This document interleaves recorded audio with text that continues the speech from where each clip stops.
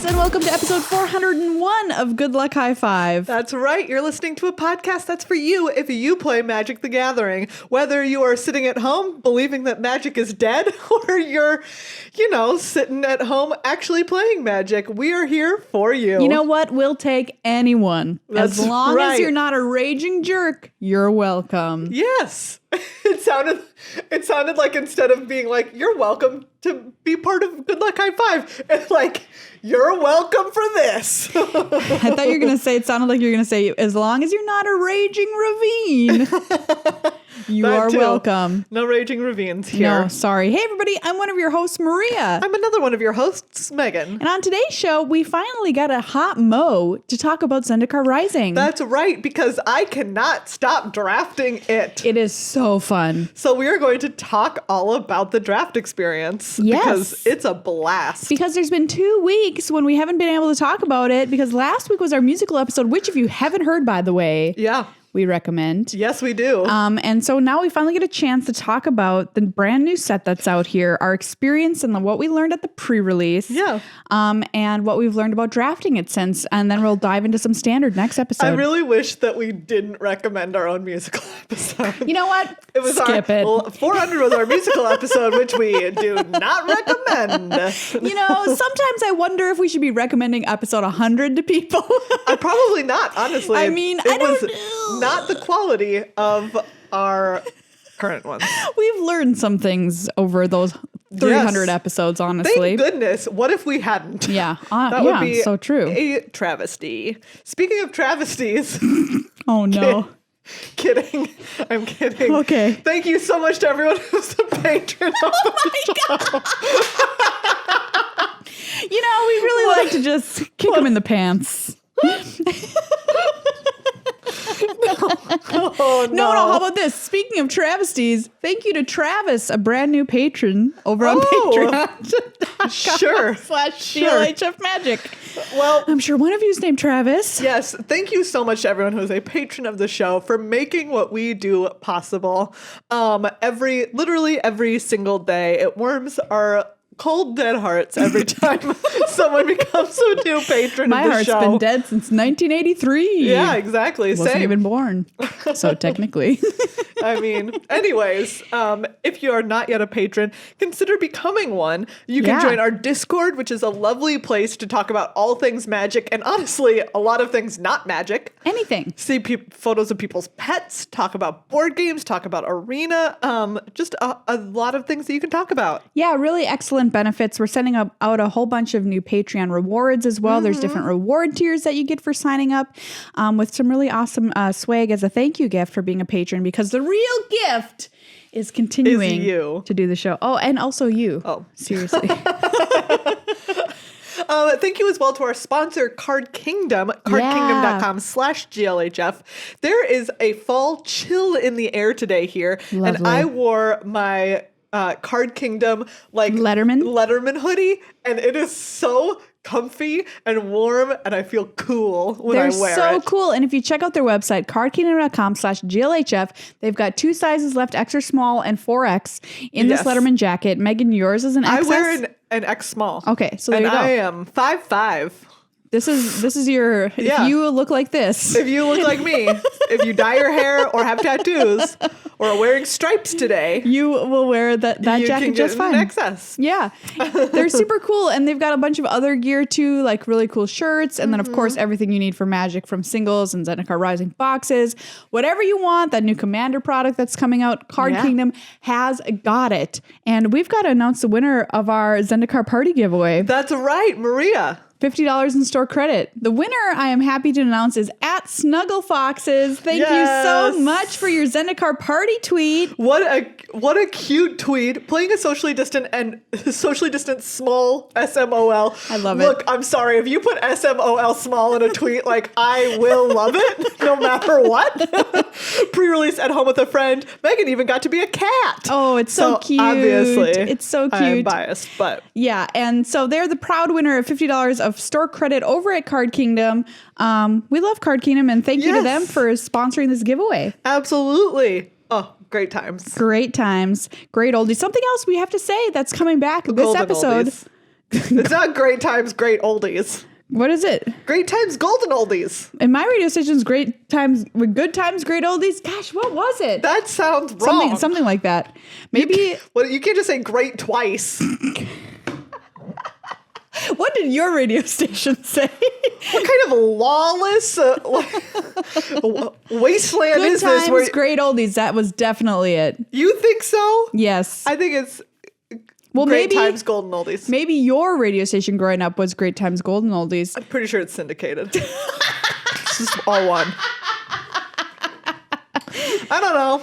No matter what, we do have an oldie coming back, which is Storytime with Meghan this episode. Yes, that's right. So get ready for that. Plus, like we said, some Zendikar draft talk. All right, I'm ready. Okay. Cracks knuckles. Just kidding. I've literally never cracked a knuckle in my life. What you had to have. No, I can't do it. Not even every once in a while when it just like really, No. that finger really needed it. It won't go. Okay. I've had my knuckles forcibly cracked before. What? Which is just a horrifying experience. Was someone torturing you? They were just like, I'm like, probably said I can't crack my knuckles. And they're like, Ow. yes, you can. Ah, And it just hurt very bad. no, that's not nice. Yeah, I don't it was like not that. nice. I don't But I like think that it's- at all. I think I read somewhere that it's genetic, but that seems very strange. That does seem strange. But if you told me that earlobes were genetic, I would also think that was weird. Or rolling your tongue into a little circle. I can't. I can't do My that. sister can do the trips. Can't. I know that this isn't Watching- interesting if you're listening. Watching you But, attempt like- it, though, is just pure gold. I don't know what to tell you. Like, I can't. Anyways.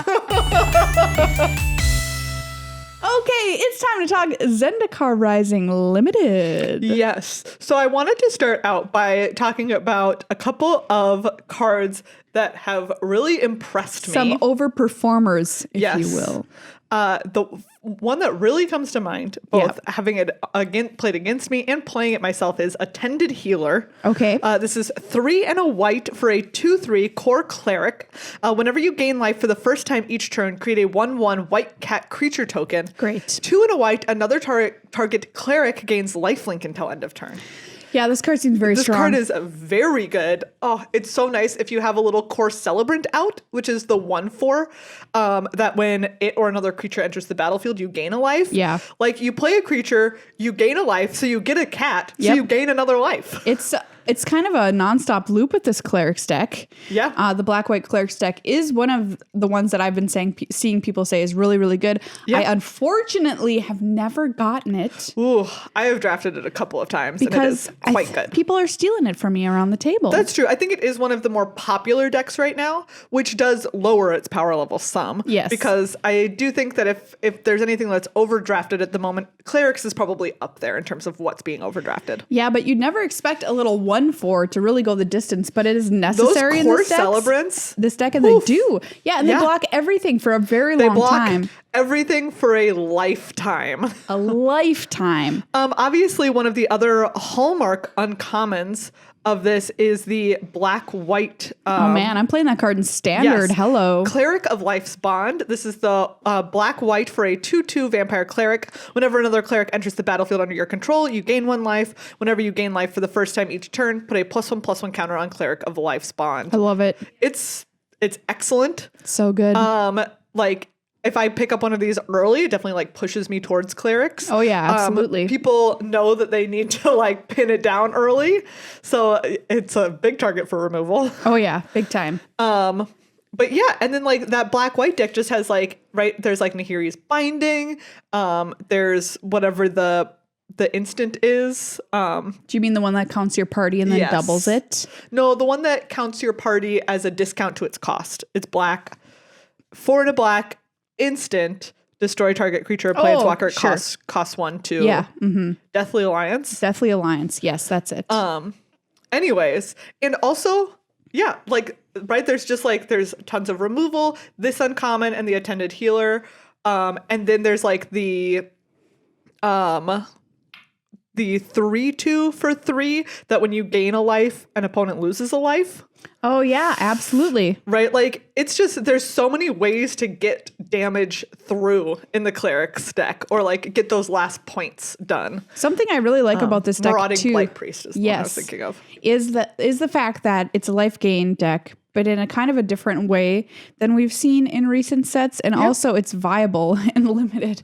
Like a lot of times life gain has just been incidental or whatever. And even sometimes they've tried to push it, but this seems to be the most successful iteration that I've seen in recent memory. Yeah. And I think it's because all of the axes that it focuses on, right? You have like the Clerics that get counters. Yep. So you can make big creatures. You have the Celebrant and the Clerics as different ways to like gain life. You have the Attended Healer, which makes cats. Great. And you can give things lifelink. Like that's really the text on that card that is very important. You have this Blight Priest that can drain people out. Like it's just really, it's quite good. It has a lot of like different ways that it can function. Very cool. Let me ask you a question about something from the Clerics deck. Yes. So there has been some amulets and vials running around. Yeah. Let me ask you about the one specifically with Clerics, which I think is the vial. It is fine, but you do not need it. Okay. Yeah. And where you can like sacrifice your creatures to draw cards and stuff. Exactly. And if you have a Cleric, then like whenever a creature you control dies, you gain one and your opponent loses one. Right. I would say like it's nice if you can get it. But I don't feel like I need it to make this Clerics deck happen. Yeah.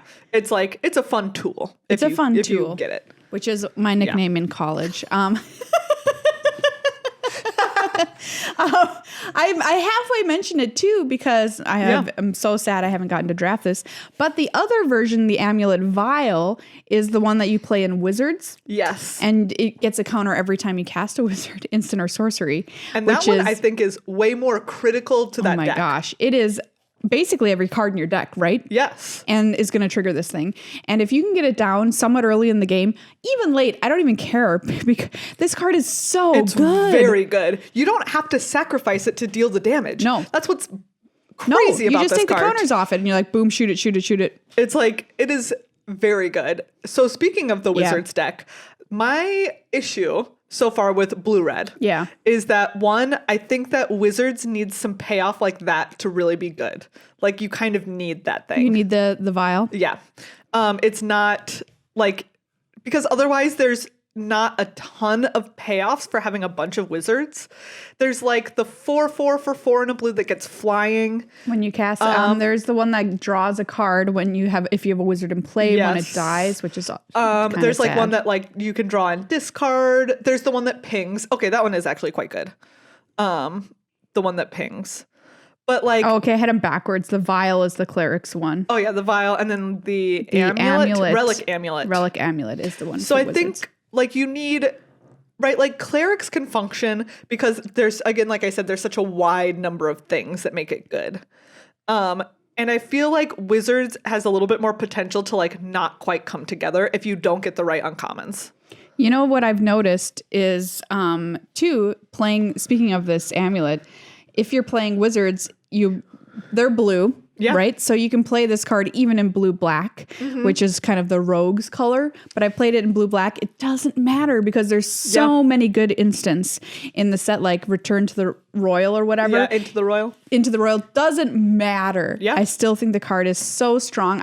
My opponents have played it and I'm like, well, I can't win. Yeah, like it is exceptionally good. And so you're less likely to get it. Yes. So yeah, and I will say, right, like the problem is as you're drafting it with blue-red is also there's some like Thundering Spark Mage. Sure. Is the 3 and a red for a 2/2. And when it comes into play, it deals X damage to target creature where X is the number of creatures in your party. Yeah. So like blue-red, you kind of have to pick a path early. And if you end up on the wrong one, it's just not going to be as good, right? It could go the party direction where you're using cards like that to deal damage based on the number of creatures in your party. Sure. Or you want it to be super wizards heavy and have everything be a wizard because you have the amulet and you have all these other wizards payoffs. But it can be difficult to like, determine at the beginning of the draft if you're kind of ending up in one of those. You don't know which of those uncommon payoff cards you're going to get. And so it's a little bit more difficult, I think. Do you want to go through the archetypes to talk about what's impressed us, or just like some colors? Let's talk about some archetypes. Colors. Like, let's keep going on this archetype train. All right, so we've got blue-red wizards. We've gotten black-white clerics. We've talked about blue-black rogues, but not briefly in depth. Yes, because we've both Great had deck. huge success with this deck. Yes, I am of the opinion that this is the most powerful deck that I played with. Yeah. And it has access to just such great cards. We mentioned Into the Royal. I mean, it's blink of an eye. Yeah. From Dominaria, if you played that set. It's just everything you ever could possibly want in a Magic card. It's so good. It bounces and it draws you a card. Yeah, I love rogues. What I think I love most about rogues is that I can't remember the last time a tempo strategy was so good. Oh, yeah, absolutely. Because that's what it is. Blue-black rogues is all tempo. Like, you're playing little creatures and you're just trying to keep them off their plan long enough for you to win the game. And I can't remember the last time it was so wildly successful, because it really is. A card that's like pure tempo is something like Glacial Grasp. Yes. That comes to mind, which is a 2 and a blue. Tap target creature. It doesn't untap during its controller's next untap step draw card. Mm-hmm. Where in some sets, you're like, I don't want to play that. It reminds me of Time of Ice. And blah, blah, blah. But if you've got a really nice tempo strategy going with your rogues deck, totally fine inclusion. Yeah. Because rogues have like that mill sub theme. Yeah. I've actually really liked, in blue-black only, Anti-Cognition. Ooh. Which is 1 and a blue for an instant, counter target creature or planeswalker spell unless its controller pays 2. If an opponent has 8 or more cards in their graveyard, instead counter that spell, then scry 2. Oh, nice. Like, so often this card is like it's just a hard counter, and you use it late in the game when they're just like trying to establish something to block. And you're like, nope, sorry. And maybe that's the secret of the rogues deck. You're not necessarily going to be able to mill them out, which is kind of what the trick is. Like, oh, I'm milling you out. But, that's really hard to do in games of limited. So maybe the kind of the under the table rogues secret is they actually want to be a tempo deck. Yeah. With a mill kind of like on the side. Yeah, like the mill is like, just to get the enablers, right? There's like the blue-black 1/3 that if they have 8 or more cards in their library or in their graveyard, your rogues get +1/+0. Great. Like, you just want it for stuff like that, for like that bonus, for this anti-cognition bonus. Right. It's not necessarily about milling. It's just about... Bubble Snare. I just looked at that card and I'm like, it's just so good. Yeah. I was going to mention one of my favorite rogues, which you'll see a lot of. Oh, hold on. Roost of Drakes, you need to take it. Oh, yes. Okay, wait. Just FYI. We haven't talked about this one yet, but we'll talk about this deck. So, let's finish up talking about rogues. And then we'll do that. And then we'll get to it. Okay, great. Seafuller Stalker is one I wanted to point out in rogues. So, this is a little common. It's a 2/3 for 2 and a blue. You can pay 4 and a blue to give it +1/+0 until end of turn, and it can't be blocked, which is a way I've definitely won a lot of games. But the ability costs 1 less to cast, 1 less to activate for each creature in your party. Mm-hmm. So you're likely going to get a discount of 1 to 2 on it, at least. Yeah. I think this card's solid. It has closed out a lot of games for me. Yeah, absolutely. Totally that kind of like tempo-y strategy. Yeah. But you have access to such great stuff. Can I just mention this card for a second? Yes. My favorite deck I've drafted in this format involved Tazim Royal Mage. Oh. You remember this, friend? 1 and a blue for a 2/1, and you can kick it for 4 extra mana, and you can get back an instant or sorcery from your graveyard to your hand. Yeah. So I had like a billion of these. And then I had the control magic, but it's a sorcery. What the heck is that card called? Yeah. Lull Mage's something or other. Yeah. Lull Mage's Domination. Wow. Which is X blue. It's a sorcery. It costs 3 less to cast if it targets a creature whose controller has 8 or more cards in their graveyard. So once again, that mill sub-theme. Gain control of target creature with converted mana cost X. So what I would do is just keep stealing their creatures and then keep returning Lull Mage's Domination to my hand with Tazim Royal Mage. I feel like after the first time you do it, I would just concede. I mean, seriously. I mean, there's no way they can come back from that, right? Yeah. So I will, speaking of the tempo advantage of this deck. Yeah. I think it's highlighted by the fact that the card Zulaport Duelist is actually good in the Rogues deck. Yeah. I played 2 copies of it in a deck that went 7-1. Great. And if you were to tell me that a 1-mana 1/1 was going to be in my most successful draft deck, 2 copies, I'd be like, "Get out. you're off your rocker. Like, Get out." No, absolutely not. But like, it has flash. It mills them 2 cards. Like, it'll get that bonus from the 1/3 if you have it. There's plenty of like X ones in this set where it can just flash in and trade or like eat something early on. Oh yeah. It is like, what a world that we're living in where this card is good. The other card that surprised me in this deck is Expedition Skulker. Okay. Which is the 1 and a black for a 2/2 rogue. When it has death touch as long as you control another rogue. Oh, yeah. I get in so much damage with people who are just like, I don't want to trade my better creature with your dumb 2/2 death touch. Because like in the rogue deck, it's a 2/2 death touch for 2. And they're like, no. And you're like, well, then I'm going to keep attacking you with it. Or just like wait for the green creatures to come down and be like, exactly. And you're like, I will block them all day. Speaking of green creatures, yes, I want to mention this next deck, which is green-black counters. Oh, yeah. So I played against this the other day. If you were the person, congratulations. I was a huge fan of your deck. This deck I saw was involving Hagra Constrictor. Mm-hmm. This is a 0/0, but it enters with 2 +1/+1 counters on for 3 mana. Each creature you control with the +1/+1 counter on it has menace. Yes. So what they did is created an entire menace army with all of these Hagra Constrictors, plus ways to put +1/+1 counters on it. So they had all, of course, stuff with kicker in green. Often comes in with the Gnarlids, the Gnarlid family. Yeah. I mean, it was so cool. Like the green land that puts a +1/+1 counter on exactly. something. That was in the deck. Ooh, the uncommon Moss Pit Skeleton. Moss Pit Skeleton is so good. It's so good. Yeah, definitely goes in this really deck. Excellent. So this is another one that's on my list of I want to try drafting it. Yeah. That you don't need a splashy rare to draft around. Yeah. Which is kind of, side note, my draft problem is I love to draft around my pack 1, pick 1. It's my favorite thing to do. I'm like, ooh, let me open a super cool rare and I'm going to make a great deck around it. Yeah.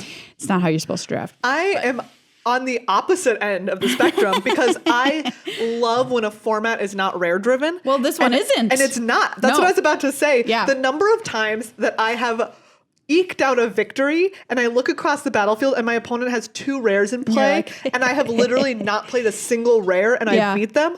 Like, I love that feeling. So good. Which, I mean, like, the downside of it is that sometimes you get to play a cool rare and then you lose anyway and you're like, ugh. Oh, come on. Come on. But like, it's just, I love that about a format. I love when draft strategy is not about rares and the success of games is not about rares. Absolutely. I found that to be true. It's so satisfying.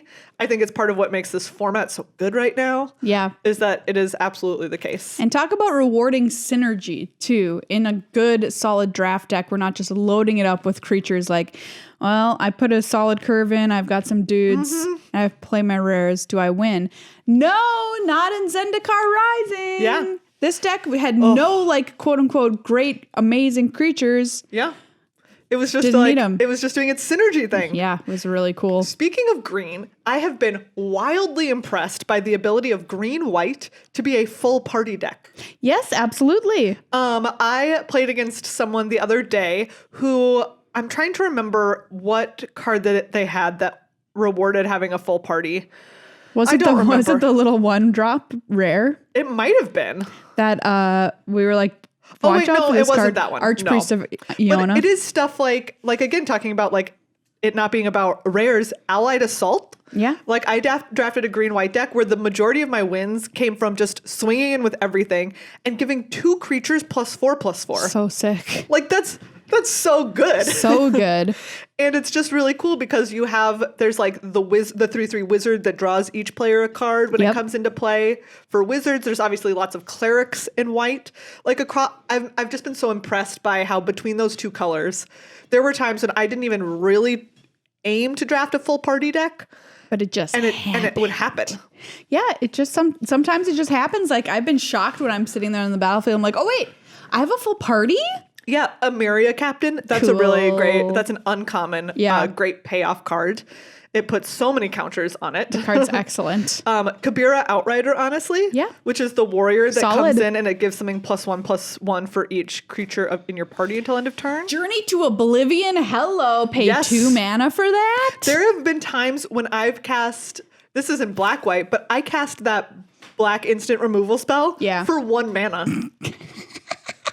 1 mana, instant, destroy target creature or planeswalker. Seems powerful. Is busted. Seems pretty good. I don't know. Yeah, it's just like, it's so cool.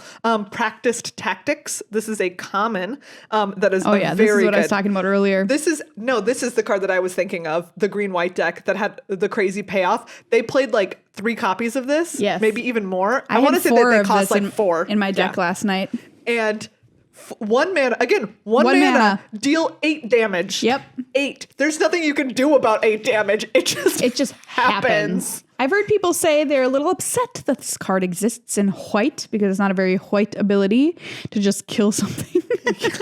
Deal damage to something, I should say. No, but it's like the classic, like, attacking or blocking creature one. Yep. You know? Attacking or blocking. It does need to be attacking or blocking, all right, people? Yeah, exactly. All right, people. Have you played the green-white landfall deck? No, but I got completely stomped by it the other night. I have drafted this deck a number of times, probably because I'm just such a creature fan, and this deck is like all about creatures. Like, woof, Canyon Jerboa. Oh, yeah. Love it. Wow. Let's talk about the uncommon, though, from this, because I want to specifically call it out. Yeah. Marasa Root Grazer. They had this. Yep. Again, it wrecked me. Yeah, this card, if it comes down and is unchecked in this deck specifically, it will probably win them the game. Yes, they had Canyon Jerboa and this. You get 2 landfall triggers. Boop, boop. That little mouse is going to pump up your team by 2. And they always had a land because at the end of my turn, they would just put one back in their hand. And you're like, all I needed was for you to not draw a land, but you don't have to draw one. You just put it back. Because you've got the Root Grazer. Oh, yeah. In my So deck good. last night, again, I had 2 Canyon Jerboas on the battlefield and also this Marasa Root Grazer. So let's just say my opponent said, nice. And it was. Yeah, this is a fun deck. Really rewards you for doing exactly what you want to do in Magic the Gathering, which is make your land drops. Yeah. But it helps you out and gives you fun little ways to deal with it, like this Root Grazer, like the 2/2 flying bird that lets you return a land to your hand. So you can get some more triggers, with your like little 2/3 kitty cat that gets counters for every time you play a land, that kind of thing. Oh, man. I feel like this format has led to more uses of the emote nice than any other format. That's a hot take. I want to see the data. I feel like, because like you just said, could. your opponent's at nice, like the number of times that when I played like the Clerics deck, right? Because it's so synergy focused. Yeah. There's so many opportunities for even in a mini way for you to like go off. And then your opponent says nice. I'm just saying that now that I think about it, and you said that your opponent said nice, I was like, now that I think about it, my opponents have said nice more times than usual. Okay. Magic Arena team, we need to know. We need to know, are uses of the emote nice up? And you know what? It would even mean more for this set because there's those new weird emotes. Yes. In this set, which I just generally like the Hedron with the heart. That's what I respond to everything. Yeah. But the other day, someone called me out on Twitter because I was playing them.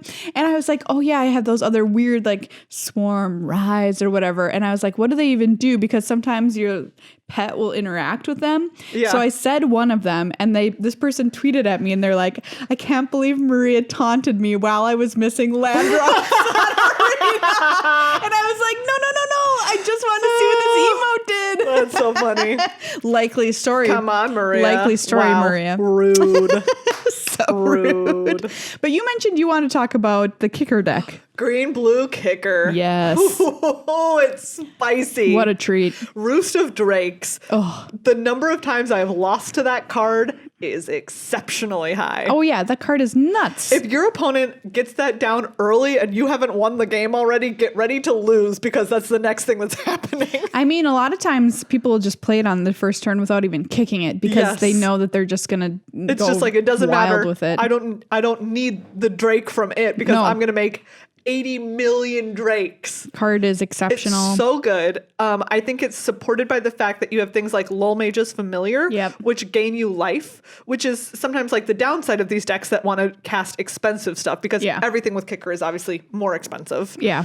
But this is like, oh, you can shore up your life total with things like these Lol Mage's Familiars, and just get the job done. This deck is so good, and every time, I do think it's a little bit harder to get. You do need, like, Roost of Drakes you need to be super successful. Yeah, I think so. You need that, or you need a rare like Verazol or something like that. Yeah. You can't just do it, like, I don't know that it's good enough without stuff like that. It's funny that we mentioned the white-green landfall deck, but it's probably supposed to be green-red, by the way. Yes. Just saying. Do you want to talk about a deck I've never drafted yet? Green-red? Green-red. Me either. Even though I've wanted to, every time I see the little red-green uncommon, Hasty Elemental. The little Hasty Elemental? Yeah, the little Hasty Elemental. Go up. Where is he? Because he is. Brushfire Elemental. But do you know what? It just doesn't happen. I just never fell into this deck either. Me neither. You know what other one I've been falling into? Red-white. Ooh, I got, again, completely wasted by a red-white deck the other day. Was it like an equipment deck? No, it was a red-white warriors. It had this Kargan War Leader. Cool. Which is the 3/3 other warriors you get +1/+1. Nice. They got me good. It was so fast. Oh yeah, that'll be blazing speed. Yeah. What, did they just play a lot of like small creatures? Tons of small creatures and then like tons of tricks. Well, there's the warrior that gets a counter every time you attack with it and another warrior. Like they had that. Ooh. This war leader. I want to say that they had more than one copy of the Kargan War Leader. Sure. Because again, like I don't think it's a very highly drafted deck. No, I don't think so either. So you have a higher chance of getting stuff like that if you're in it. Blue-white is highlighted by the card Linvala, Shield of Seagate. Mm-hmm. And I had this card the other day, and I wanted to play my rare, and I did, and I had party with it. I got a full party, which when you get a full party, this card arrests something on your opponent's side, meaning you can't attack with it, block with it, its abilities can't be activated for a turn, and it's just like... That's busted. That's really rude. It was so rude. Linvala, get out of here. Yeah. Nobody asked you to come on down and start arresting people in the middle of the street. How dare you? How dare you? The other blue-white card, uncommon, that I love, which is also a party card. You mean Sphinx's Revelation? Sphinx's Revelation. 4 white-blue. For an instant, this spell costs 1 less to cast for each creature in your party. You gain 3 life and draw 3 cards. Spoils of Adventure. It's so good. This card is very, very, very fun, and this was also I had 2 copies in my Linvala deck. Yeah, and it was great. It is very good. I had someone cast this, and they were in like 3 color, I want to say, and then they got it back with Tazim Royal Mage. Sick. Oh, they were also playing Roost of Drakes. Oh boy! Wow. Yep. Ooh. So I mean, like, in case you can't tell, like. We're just so excited. Yes, this draft format is excellent. If you haven't tried it out, good. We cannot recommend it highly enough. It is so fun and what a blast! Just excellent. It's just a myriad of things to be able to do in different color combinations that are really fun. And you can just be creative with your deck building, which I think is something that we always look for. The build around uncommons are really, really high quality. Yeah, and the payoff is there for taking them. Oh. And I feel like this is also a format where you're definitely rewarded for reading signals. Yes. Because like we've been saying, it's so synergy focused. You want to get as many of the synergistic pieces as you can. And the way you're going to accomplish that is by knowing which seat you're in. Yes. So make sure to read those signals from the people passing to you and take a note of which cards and in what colors you're being passed so that you can make appropriate decisions on which direction your draft is going. Because again, like, one of the hallmarks of this being such a good draft format is that even though, like we said, I do feel like Rogues is a very powerful deck. Yep. If you are trying to force Rogues in your seat, it's like that, then it's not going to be good if that's not what's open in your seat. That's a great other way to think about it. Don't force it because your deck will be bad. Yes. You won't be able to get the pieces you need for the synergy like we've talked about. And you'll just end up with like what in a normal draft set might be passable, which is a pile of cards. Yeah. Not so in this format. Yeah. And like, yeah, you know, thinking about it, I have lost to an excellent deck of every color pair. Yeah. It's not about, again, it's not about the rares. And the games are good. Yes, and the games are good. Oh, I think one reason for that too is the flip cards, the modal double face cards in this set. Really? You've got to be taking those pretty highly. That's my recommendation to you because of how strong they are in the format for you not to flood out later on. Yes. And for you to make your land drops early. I have certainly lost to flooding quite a few times. Yeah. Like lost games. Yeah. So like, it's a good, think about it. Yeah. It's a good investment. It's a good thing. It means you play more of the cards that you take in the end. And what else was I going to say? Oh, yeah. This makes me so sad because I really want to see this at premier level play. Can you imagine a pro tour with this draft format? Draft this, Maria. I want it so bad. I know. I'm just thinking about it. And I'm like, oh, Thinking of like the times that we've gotten to see pro players draft the really excellent draft sets. Just like really cool. There's like nothing as satisfying. No, I love it. When it comes to pro play. It's so good. So I don't know who needs to make this happen, but please. I want it.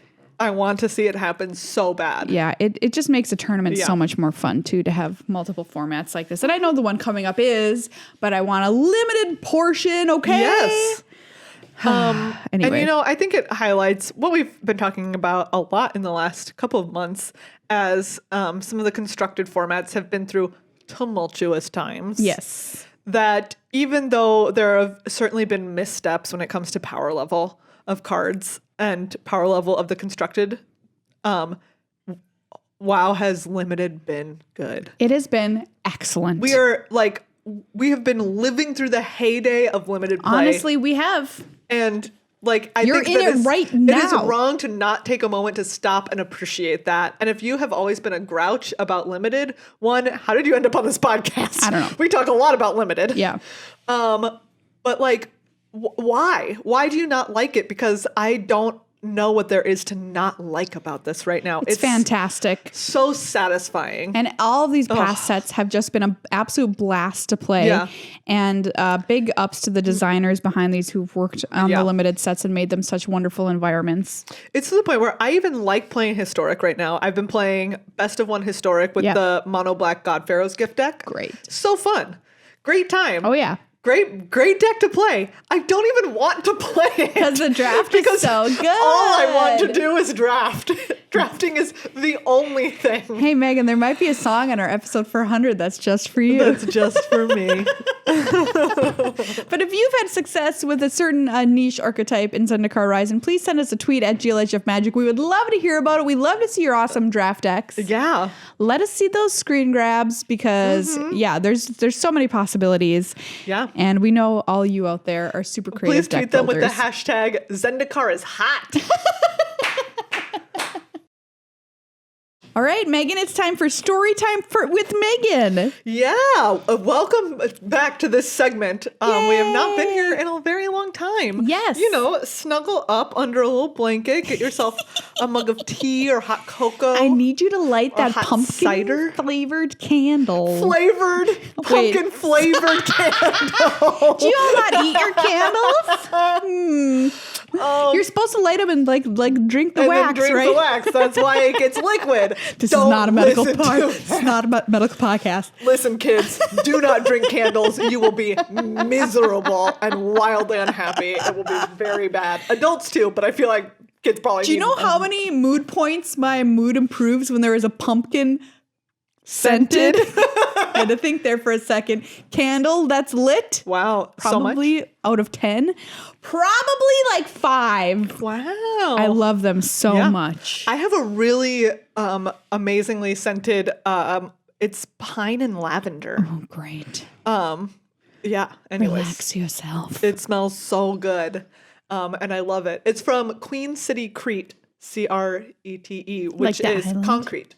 Oh, Well, because she's a concrete worker concrete. in North Carolina, I want to Great. say, and it's kind of expensive to buy her stuff elsewhere in the US and ship it, but I did because her stuff is gorgeous and she mixes all of these scents for her own candles. great. And she has a fall line of scented candles right now and her work is beautiful. Anyways, check it out. I want to make a Especially if you're in North Carolina, in Charlotte.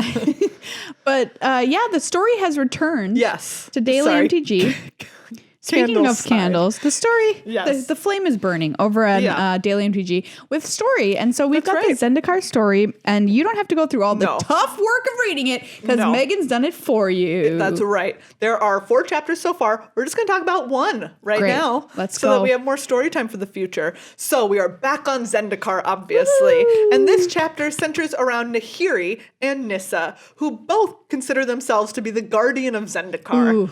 Awkward. Weird. So Nahiri is painted as like this. She's an ancient core, right? She's been around for millennia. Yeah. I don't know. She's timeless.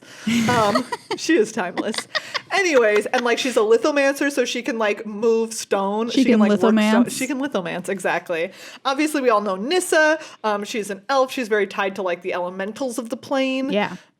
Anyways, so they are looking. Nahiri's like, hey, I'm searching for something that can stop the royal on Zendikar, because the royal is basically like these enormous plane-wide constant earthquakes that are always happening and breaking everything up and shifting the land. The islands are in the air. Exactly. And she's like, the ancient core had something that could fix this. And they're both just like, yes, we want to. They both have a lot of guilt. A lot of this is about how guilty they feel. Oh, there's survivor's guilt?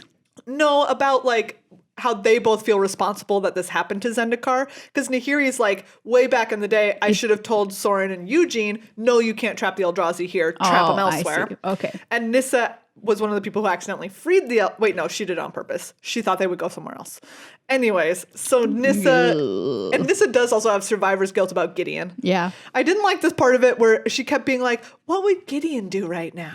And then she'd try and be like more assertive. And I'm like, I am over this. Anyways. What would Gideon do? He'd wax his chest. Exactly. So they're exploring this thing called the Skyclave, which is like an enormous old core fortress that's been like re-revealed because of the royal. Fortress, exactly. So it's huge. It's made of stone. The royal is happening. So it's kind of like a fun Indiana Jones vibe, to be fair. It did have like a very, yeah, we're going hunting for artifacts. Isn't archaeology cool, kids? This should be in a museum. Yes. Exactly. Anyways, so they go, there's, they're searching. And then Nahiri is like listening to the stone. So it tells her where to go, but then eventually she can't find it. So Nissa makes this elemental, which is like this living creature of vines and stuff. And it guides them towards it. Whoa. And she finds like a key that's part of finding what I think is called the Lithomancer's core. Okay. C-O-R-E. Not to be, I can't keep up with this. The Lithomancer's core. But this key is only a part. Okay. And Nahiri gets the key finally in the center of this clave after the elemental leads them there. And there's this whole thing, like Nissa talks about how like elementals are actually alive. Like they're not just an amalgamation of... Like an automaton. Yes, exactly. Mindless. And so, like, the royal... So Nissa is a god. Yeah, she does make living things. Anyways, so, like, the royal starts happening way down below them. And Nahiri uses this piece of the key to quell the royal. Permanently in that spot. Whoa. But the elemental dies. It, like, burns to ash as a result of this happening. And Nissa is like... hey, if this is what it means to stop the royal, we can't do that. And Nahiri's like, you don't understand. Back in my day, there was no royal, and the core had these like huge, beautiful cities, and there were like tens of thousands of people and all this artistry of the core, and it was beautiful. And Nissa is like, part of my Zendikar is beautiful too, and if like the royal is like part of what lives in these elementals, that's also a beautiful thing, and you can't kill that to get back what you had. Yeah. And Nahiri's like, I'm gonna. Of course. Because it's Nahiri. It's Nahiri. We all know I love Nahiri. Gotta love her. They get in a fight, and then Nahiri makes like a giant stone wall between the two of them so that they can't fight. And Nissa planeswalks to Ravnica to tell Jace about what's happening, and she's like, I'm having this problem.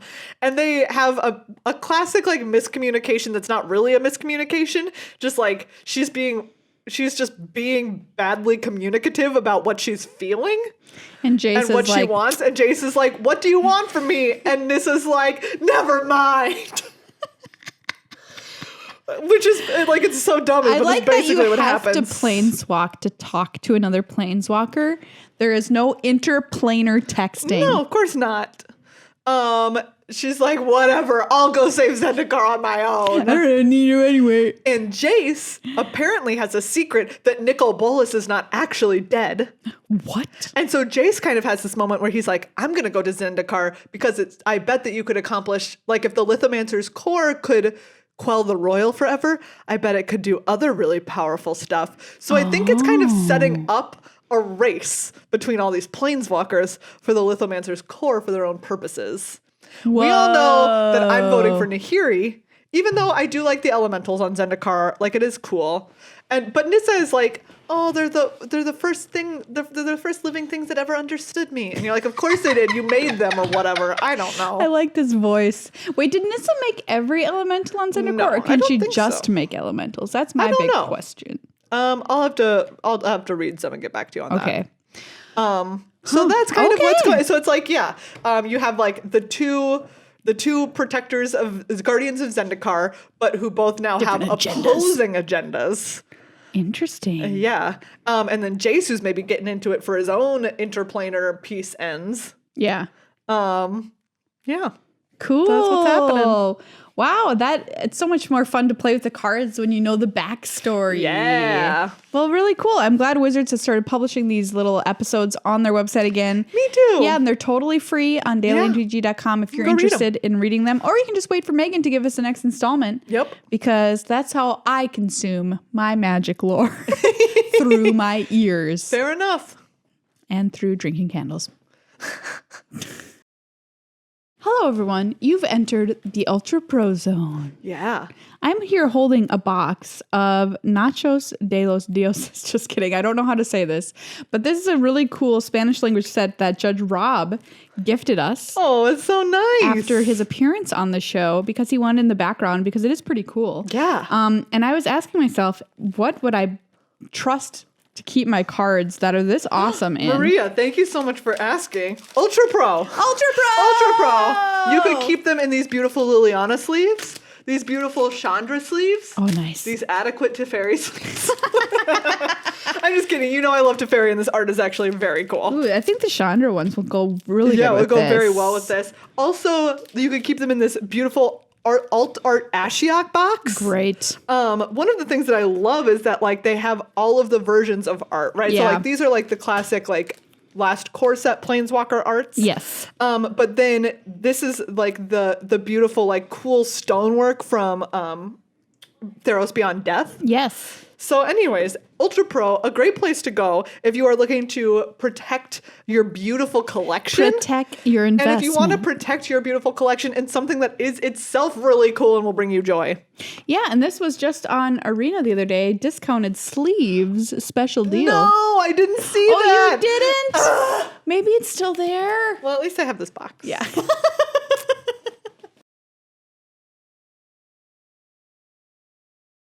Well, everybody, that's this episode of Good Luck High Five. That's right. We hope that you have had a really great time. Maybe you're inspired to go put on a sick Card Kingdom hoodie and light up a pumpkin flavored candle. Drink. And really just feel the fall. Feel the fall course Feel the through fall. your body. Yeah, I'm in my element because I'm so happy that it's fall.